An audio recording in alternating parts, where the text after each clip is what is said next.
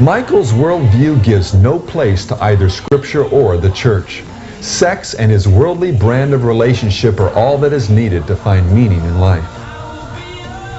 Taking this theme even further is the homosexual group, The Frogs. Their album cover features a very young boy wearing a pink triangle, a symbol within the militant homosexual movement, and includes songs like Gather Round for Savior No. 2. The singer envisions a new world where children leave the church behind to follow a new Messiah, Him. The song ends with, "The kids need not worry when they're with me. Oh, drop your Bibles, kids, and gather round for Savior No. 2.